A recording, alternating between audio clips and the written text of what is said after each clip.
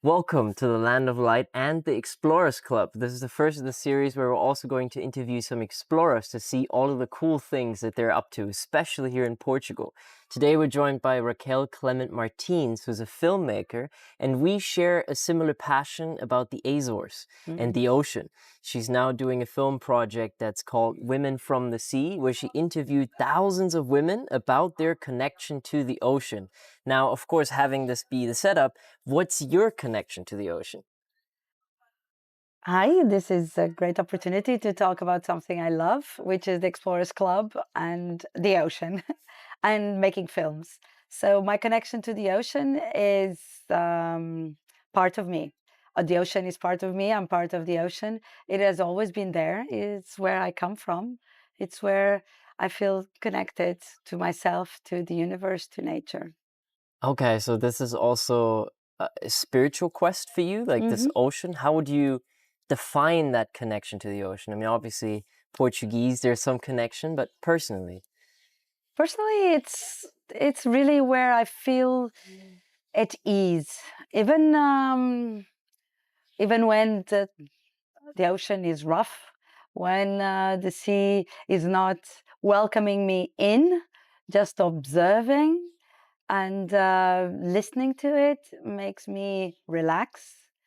But if I have a chance to go into the water and the water is not cold, I don't like cold water.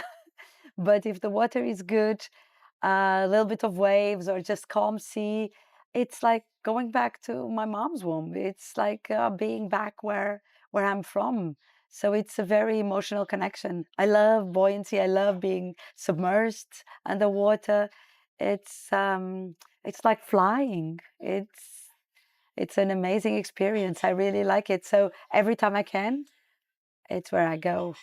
Okay, sweet. And so was that also the origin point for creating this film to explore this connection of you personally as well as other women to and from the sea? Well, I think the idea was more active or more, the purpose was more to bring awareness. So it was not just a spiritual kind of quest. It was how can I and two other friends from the film industry do our part in an active way to talk about sustainability in the ocean, to protect the ocean, to protect marine biodiversity, to talk about climate change, and do what we know how to do. So we thought if we were able to collect the voices of women that have an emotional connection with the ocean, their voices would be very inspiring to people that might be disconnected from nature, disconnected from the ocean, and they just need to listen to someone that is passionate about it. And maybe they will also want to protect it because we protect what we care for, we Yeah, protect what we love. that's very true. And I also saw that you do this on a bigger scale with something called help images work, hmm right? Which is, could you speak more on that? Because I find it a very fascinating project. I've only dove into the superficial of it, but what's the backstory behind it and the goal? Well, in 2008, I was coming back from London and I wanted to do a shift in my life. And the idea was to keep on doing films, which is something I hope I never stop doing, but not in a commercial way. So with two other friends and very dear friends, we started Help Images, which is an NGO. It's a registered charity in Portugal.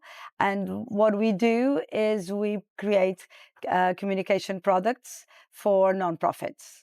So we do not search for, or in the beginning, we were not searching for our own projects. We're actually doing someone, we were enhancing and we were promoting someone else's projects. Okay, so other NGOs and projects that help other people or other Yes. projects. Super sweet, because I think ultimately this is the power of film and storytelling is to help and inspire, right? So how did you start that journey? How did you get into filmmaking in the first place? Oh, I got into filmmaking because I knew computer art back in 1988. And there weren't many people that could actually do computer art back in the late 80s.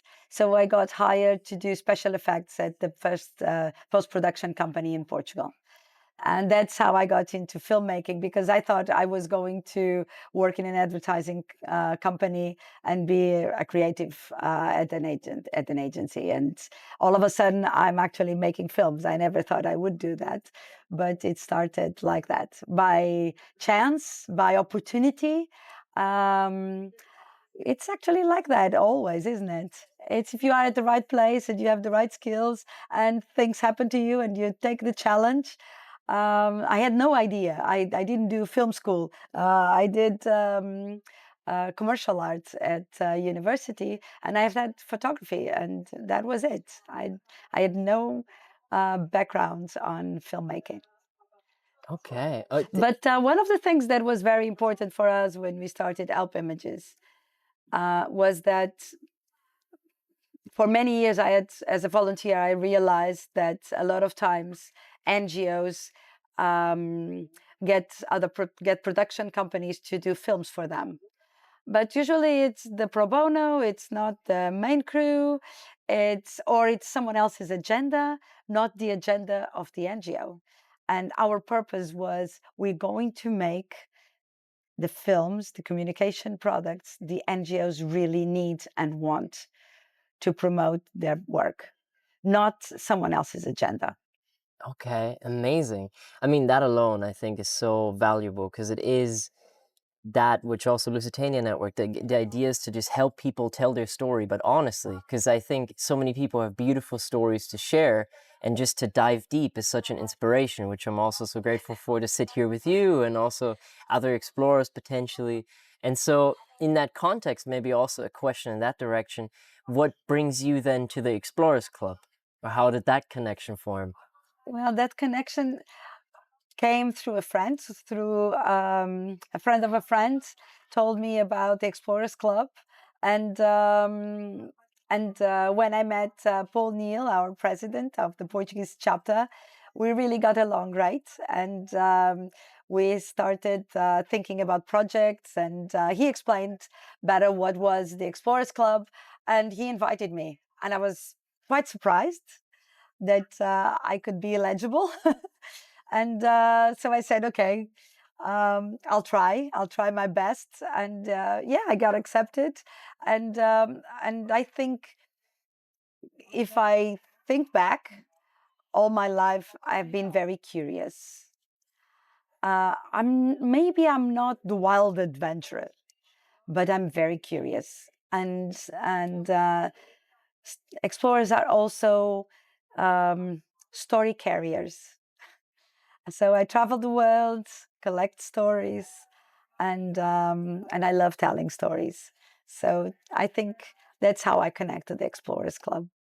Definitely. I think it's such a beautiful organization. And so, I guess when we talk about this telling stories, do you have any special story to share, especially from Women from the Sea? Anything that's like really inspiring just from some of the women that you've interviewed? And I'm sure there's so many stories.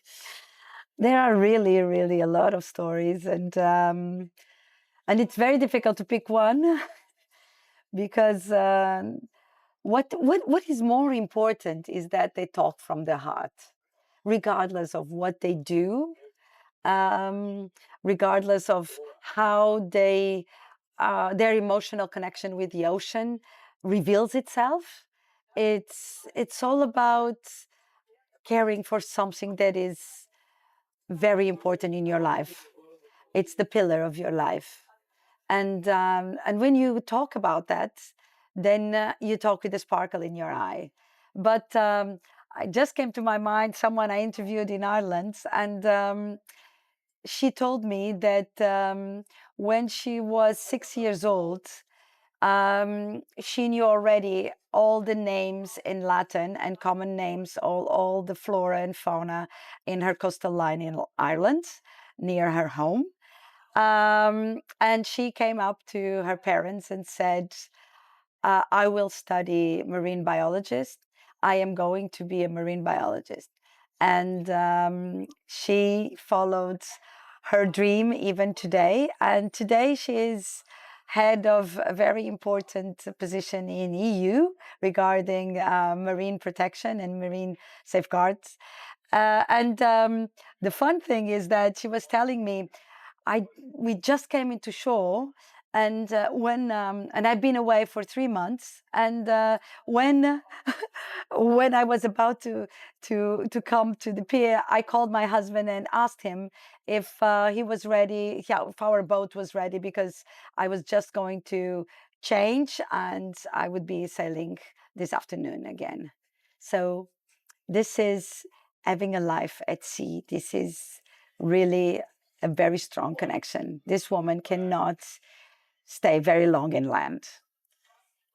It's so inspiring also to hear that she's then reached a high position, because ultimately, I believe it would be so beautiful if just passion is the true driver behind what people spend their times with, you know? So it's amazing also to see that come together, you from a filmmaking perspective, and then also she from a marine conservation perspective. So would you say, going a bit deeper into these stories, what would be your main conclusion from having interviewed all these women? What is is there a common thread that is the connecting piece, or is it different for every woman? There is a very strong emotional connection thread. And it's where they get their strength from. That's the place where they get healed, where they feel grounded. And regardless of what is their profession, their age, or their culture, their way of being alive, it's always connected to the ocean. It's always the very strong connection with the ocean. So it's all about following your passion. It is. Sometimes you can't. One woman also once told me, right in the beginning of the project in 2021, when there were less than 20 women in the project, now it's over 1,000.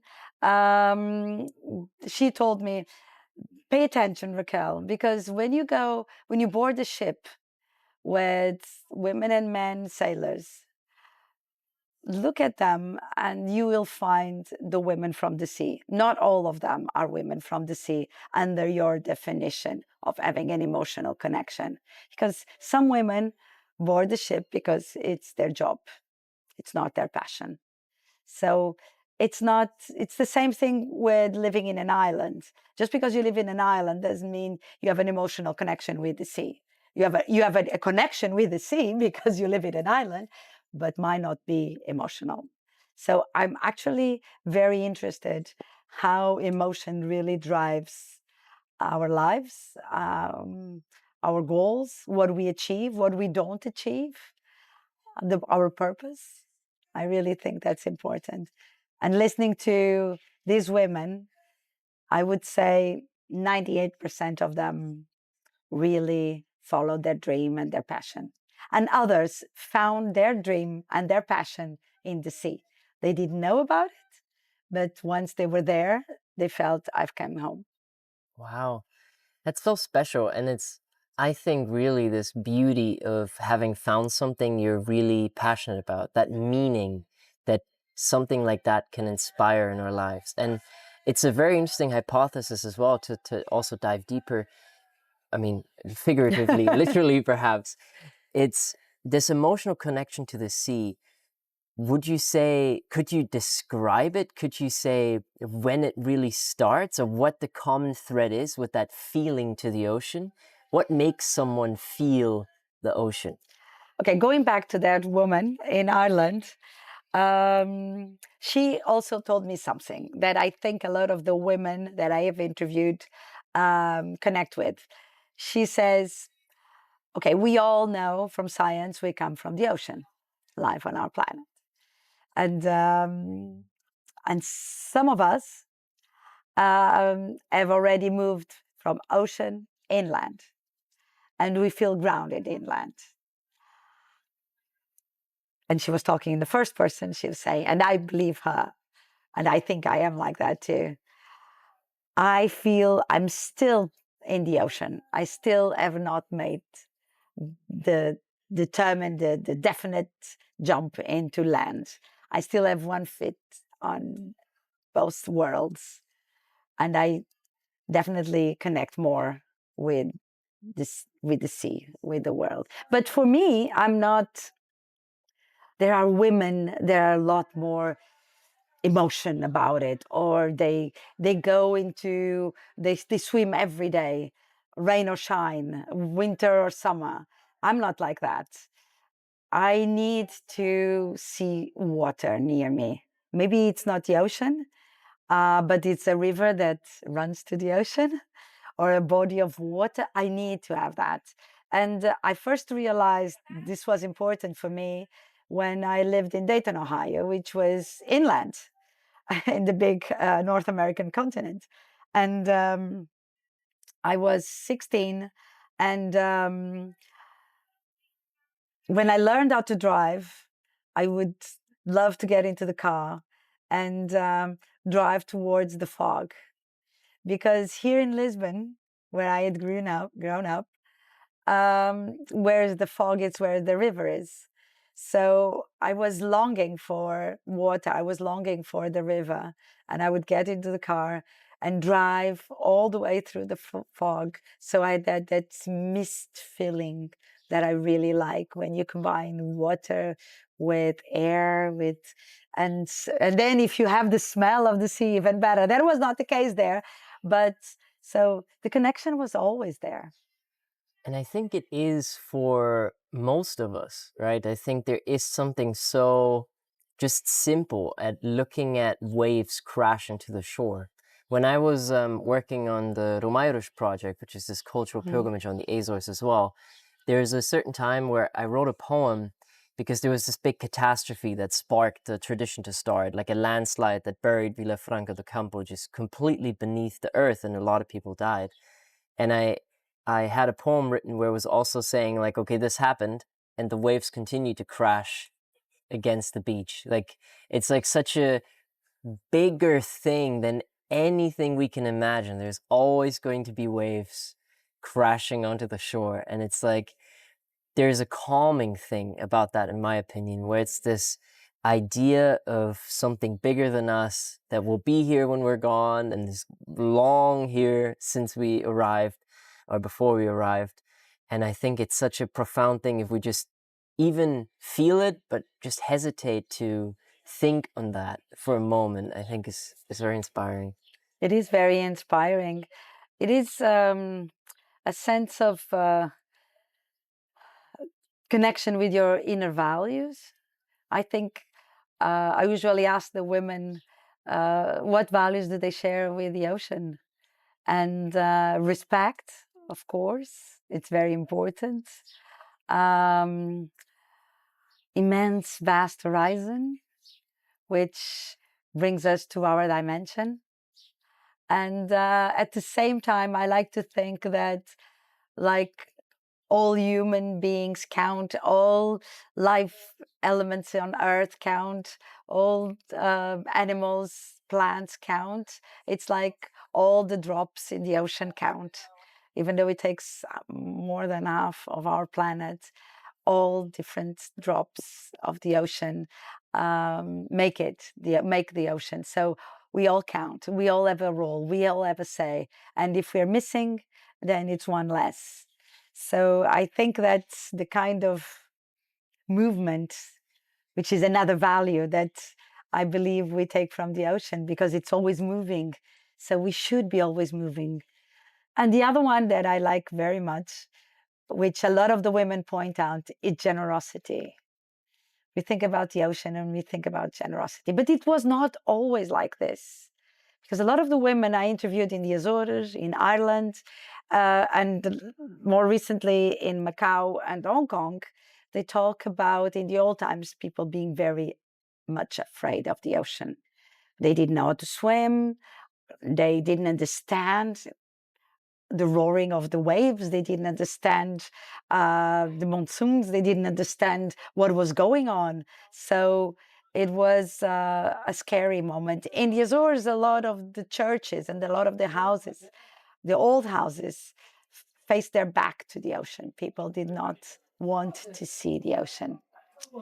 So and they would rather their their kids and their family members would work inland and adventure themselves into the sea. Okay, how interesting. Also to see these, and would you say there are big regional differences in how that is viewed, or is it more coming to like, I guess, a cohesive answer nowadays? It's more similar. I think it's very similar from what, of course, I'm just giving 3 examples, and there's many more, and maybe there are different, and of course there are different perspectives. But I see a lot of commonality of how the ocean was perceived in these different islands. You know, the Azores, Ireland, and Hong Kong and Macau. There's a lot of similarities.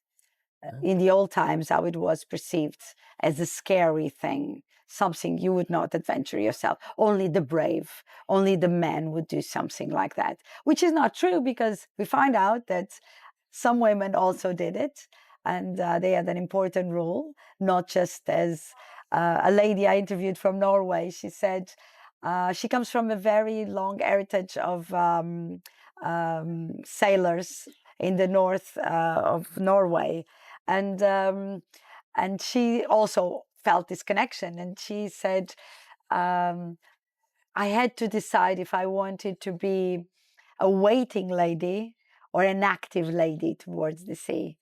And this is something that I also felt a lot in the Azores.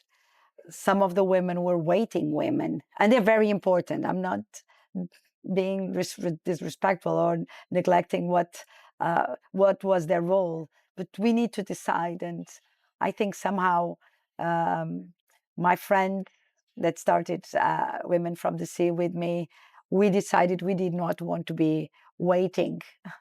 We wanted to have an active role in preserving the ocean. Amazing and really inspiring, because it makes so much sense, you know, and it's so interesting to hear such a deep dive into your work and interviewing all these women. And so, how would you say, even for other women to come forth, how could people support this project of Women from the Sea, or join into the movement, or help find their connection to the ocean? They can find us at our website, helpimages.org. And you either want to learn more about the project and you just send us an email, there's a direct link, or you can start right there if you identify yourself as a woman, to actually start by pressing, yes, I am a woman from the sea, and start answering a few questions, and then we contact them. It's a long process. It's done by volunteers, and we interview all the women. So it takes a while, but it's so inspiring. It's incredible. Every time we interview, I interviewed someone yesterday from Beja, which is really in the border of Portugal and Spain, Alentejo, deep inland. And she was telling me that as a child, even though she was born in Beja, all her childhood and teen years she spent in Beja, she was always, always longing for the time she would go to Espinho, to the coast, to be in the water. And of course, she ended up being an environmental activist and a woman from the sea. So it doesn't matter where you're born, doesn't matter, because you feel it. You feel this drive. And I think that some of my friends say, oh, all of a sudden you're doing this project. Why are you doing this? Because maybe they don't look at me and see, oh, I'm not one of those crazy nuts about being in the water. But that's because it was always my privacy, my private moments where I recharge. It's with water. Sometimes it's just a quick shower, and I feel like I've just been reborn. So all of us have different connections, but the water is, our body is made of water. So, it's just I feel that a lot of people just disconnected from nature. That's why they are not finding this emotional connection. They may just find the leisure connection or they find the business connection, but there is an emotional one. Definitely. I think once we start to view everything as a holistic piece and see nature as part of us and just be, for me, the ocean is a big one, also forests, to just be immersed in the forest with all the birds and all the smells and the sounds. It's like, wow. And just there's such a profoundness in these moments, I feel, and the ocean especially. And I think that it's about this project specifically, it's about women, is also beautiful because I think often as this, let's say it even as a, from my own view, is like more in the waiting position in society. It's very good to hear so many women come forward and actually share and inspire each other, because I think that's just comes from a deeper level, if that makes sense. It comes. It's very. There's another story about this fisherwoman in Pico. I came to visit her. Someone had mentioned that she was very inspiring, and I came to visit her, and she was incredibly shy. She immediately said, "Forget it, Raquel. I'm not going to be interviewed. I'm not going to." Okay, I say, okay, but can I learn more about you? Can we talk? And then we started talking. I met her family, and then I asked her husband, "Do you think she's just shy, but she wants to do it, or she really doesn't want to do it?" And he said, "I think she wants to do it. Let me talk to her." So I left. A few months later, I contacted them again and said, I'm actually, we found some funding. There is some funding from the government of the Azores. We are going to be filming. Will you come forward?" And she said, "Yes, I will."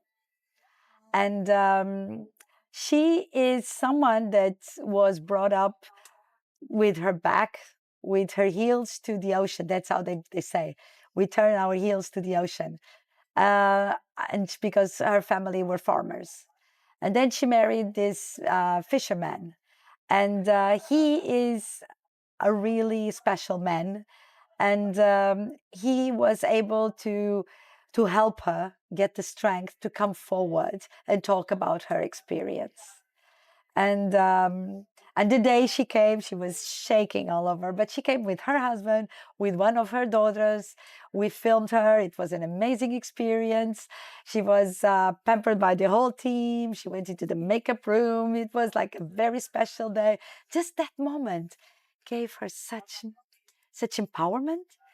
And then when she talked very naturally. She says, I asked, "What do you like the most about the sea?" And she said, "The sea is beautiful from land, but the sea is also beautiful from my boat."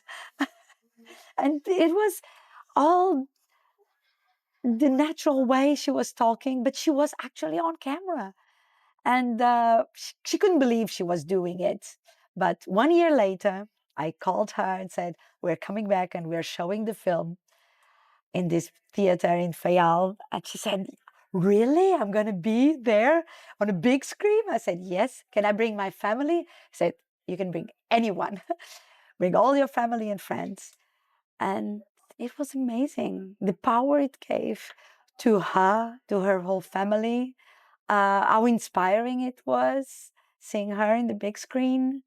So I think the project is also about these unsung heroes, these women's voices, and letting everyone know they have something to say, and especially letting all the other women that have not yet come forward, that we're waiting for them. They can come whenever they want.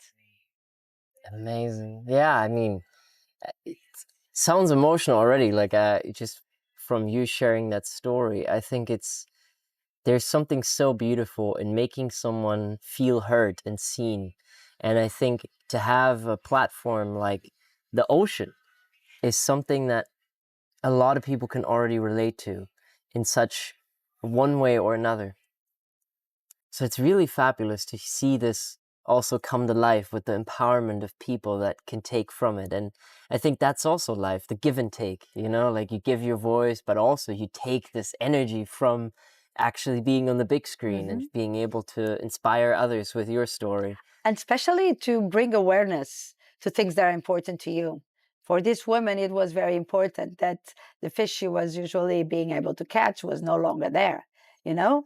So we're not listening to scientific reports. We're actually listening to people that go off to sea every day. They know what's happening. They know new species are coming into their seas and others are disappearing. So it's memory, it's knowledge, it's information coming first person, and a lot of experience that should not be lost. So I think this project is also connecting these voices, connecting this information.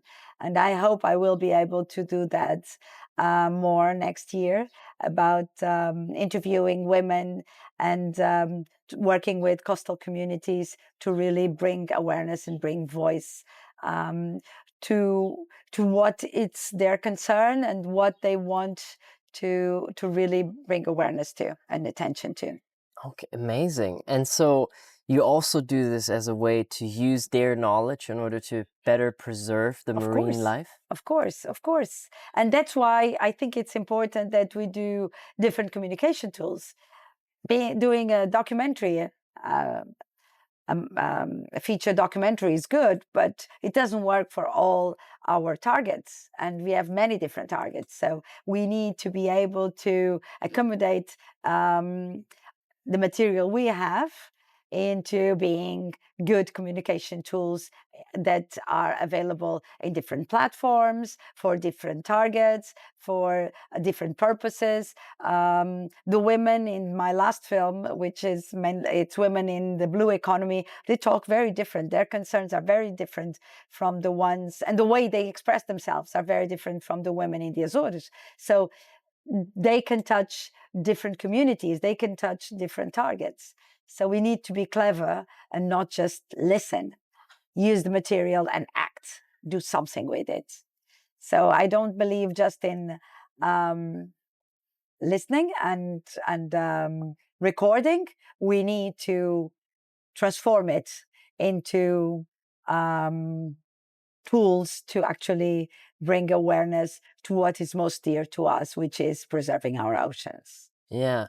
And how is that process unfolding? The latest interview we did was with Humberto Rosa, who used to be the director of the European Commission in Biodiversity. And he was also sharing some things on restoration of nature and how actually he talked about fishing zones, and it really stuck Mm-hmm. with me. They started to create these protected marine zones, but actually by creating these marine zones, people were able to fish more fish than before because the fish had a recovery area where they could actually get more eggs out there Mm-hmm. and populate quicker. And that was really inspiring to me to also see that even from an economic perspective, Mm-hmm. talk about the different angles, it actually makes a lot of sense to preserve nature because it's better for us, even economically. And I think to get that more out there is so important too, because we are in a money driven world. And so to get that perspective, like, hey, saving the earth is actually not just saving us, but it can even be beneficial towards what we're trying to accomplish. So I'd be wondering if you have any stories when it comes to marine protection, the first thing that comes to mind, any statistic that was really inspiring to you on how marine preservation already functions and works. Well, I have a few stories. There is an important story in Mexico. I'm not going to talk about that because I don't have enough information for it, but I welcome everyone to research because it's a marine reserve area that improved 400% in less than 10 years. So it's worth looking into it. It's an amazing case study. What I want to talk, and I think it's very important, being for deep sea mining, being for preserving species, being for climate change, whatever, is that we need to start taking significant steps, significant gestures. We don't need to live on a world that is driven by capitalism. We don't need to live on a world that is driven by money. So let's start thinking about things in a different way. Let's do some significant gestures and change the way we think and stop looking at our resources, at nature, as economic resources. They are living resources. The whales are very important in the food chain of our oceans, in our own food chain. So they are very important. Even though they don't have a dollar sign up to it, they're very important. So let's not think about it that way. It will take time, but we can do it. We did it towards, like in the old times. One of the women that I interviewed in Ireland was talking about in the old times, parents and teachers used to hit children to tell them off. Nowadays, it's not allowed. You might do it once in a while because you lose your mind, but it's not common sense anymore. So let's stop being aggressive towards the ocean, towards nature, towards ourselves, because we put a dollar sign up in everything. You're not worth something if you don't have a dollar sign to your commodity, to what you... But you are so much more than that. You are like the whale. You're part of the ecosystem. We need you, regardless. It's a really, really inspiring. And I completely agree. Just it's so interesting to look at that, because often when we really put it into perspective about ourselves, our own value, or everything like that, it's like the other day there was someone who came to me, Vincent, also shout out in that regard. But he came up to me and he was like, okay, so I give you 5 million and you cut your arm off. Would you do it? No? Okay, you're a millionaire. Like I also changing that mindset of like, what are you worth? Because if it comes down to it, you yourself are worth more than any dollar sign amount that there could be. And the same thing with nature overall. There cannot be this numerical value towards what it actually is, because it sustains us. It is us also. So it's really, really inspiring what you say. Think about the whale. Every time you forget about that, the relevance of the whales in our ocean. Of course, the marine biologists and the conservationists, they know their value and they protect it. I'm not saying they are not protecting it. They are protecting it. It's just not something you hunt for money anymore, because no one uses whale oil. Okay. So let's bear that friendly animal that shares this planet with us in mind, and think that it's not because there isn't a dollar sign to someone that that person is not worth the world. Okay. Well, then I think we're almost getting close to the end here. Is there any specific last thing you'd like to add? Anything you'd like people to know about you, or any just message for the people listening? Well, there is another project that I'm very involved with, which is to identify and to create communities where everyone belongs.